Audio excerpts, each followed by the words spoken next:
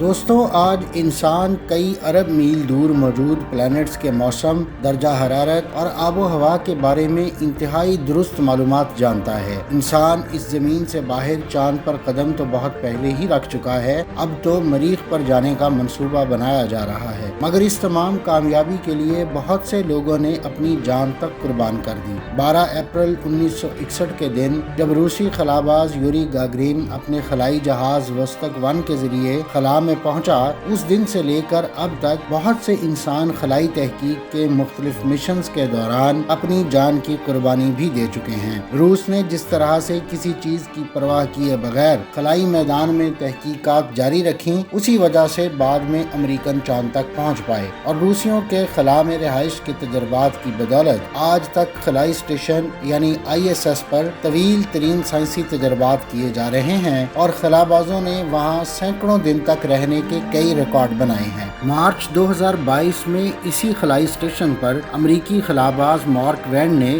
اب تک کا سب سے طویل 355 دن مسلسل خلا میں رہنے کا ریکارڈ قائم کر دیا، جو کہ خاتون خلاباز کرسٹینا کوچ کے 328 دنوں کے بعد سب سے بڑا ریکارڈ ہے۔ خلائی میدان میں تحقیق کی وجہ سے ہی آج خلا میں زیادہ بہتر اور محفوظ سفر ممکن ہو سکا ہے، اور خلا میں انسان دور دراز سیاروں تک پہنچ سکا ہے۔ تاہم آج کی ویڈیو میں ہم آپ کے سامنے ایسے گمنام ہیروز کی تفصیل پیش کر رہے ہیں جنہوں نے مختلف واقعات میں جان کی بازی تک لگا دی۔ 2021 تک خلائی سفر میں 22 خلاباز اور قریب 200 عملے کے اراکین مختلف حادثات سے موت کے منہ میں جا چکے ہیں۔ خلائی سفر کے حوالے سے پہلا حادثہ روس میں پیش آیا تھا، جب 23 مارچ 1961 کو تربیتی خلاباز ویلنٹن بوندرینکو کے خلائی جہاز کے الٹیٹیوڈ چیمبر میں آگ بھڑک اٹھی، جس سے وہ بری طرح جھلس گئے تھے اور 16 گھنٹے اسپتال میں رہنے کے بعد چل بسے۔ یہ اب تک خلا سے متعلق کسی انسان کی پہلی موت تھی۔ دوسرا اسی طرح کا حادثہ جنوری 1967 میں امریکہ میں پیش آیا، جس وقت چاند کی تسخیر کے لیے پولو مشن کا آغاز ہوا، اور اسی مشن سیریز سے دنیا کے پہلے انسان نیل آرمسٹرانگ کو چاند پر اتارنا ممکن ہوا تھا۔ ایک مشن کی ریہرسل کے وقت جب 3 تربیتی خلاباز راکٹ میں سوار تھے تو اچانک آگ بھڑک اٹھی، اور موقع پر ہی تینوں خلاباز اپنی جانوں سے ہاتھ دھو بیٹھے۔ ان امریکی خلابازوں میں ورجل گریسم کے علاوہ خلا میں چہل قدمی کرنے والے پہلے امریکی خلاباز ایڈورڈ وائٹ بھی شامل تھے، جو کہ حادثے کی نظر ہو گئے۔ اسی سال روس میں 24 اپریل کو ایک المناک خلائی حادثہ بھی پیش آیا تھا، جب ولادیمیر کامروف نے اپنے خلائی جہاز سویز اول سے روانہ ہوئے۔ روانگی کے بعد وہ اپنے مشن کی تکمیل کے قریب ہی تھے کہ ان کے جہاز میں بجلی کے 50% نظام نے کام چھوڑ دیا، ان کا پیراشوٹ نہ کھل سکا، اور آخرکار ان کا جہاز کریش ہو گیا۔ خلا میں کسی روسی خلاباز کا یہ پہلا بڑا نقصان تھا جب اس کی موت واقع ہوئی۔ کامروف کی عظیم قربانی کے سلسلے میں انہیں hero of the Soviet union کے خطاب سے نوازا گیا۔ روس ہی کا اگلا جانی نقصان 30 جون 1971 کو دیکھنے میں آیا، جب سویز 11 جہاز کے کاربن پریشر نظام میں خرابی پیدا ہو جانے کے سبب 3 کاسموناٹ کی جانوں کا ضیاع ہوا۔ 28 جنوری 1986 کا دن خلائی تاریخ میں سیاہ دن کے طور پر ہمیشہ یاد کیا جائے گا، جو کہ اس وقت تک کا سب سے بڑا انسانی جانوں کا نقصان تھا، جب بیک وقت 7 خلابازوں کی زندگیاں مشن کی نظر ہو گئیں۔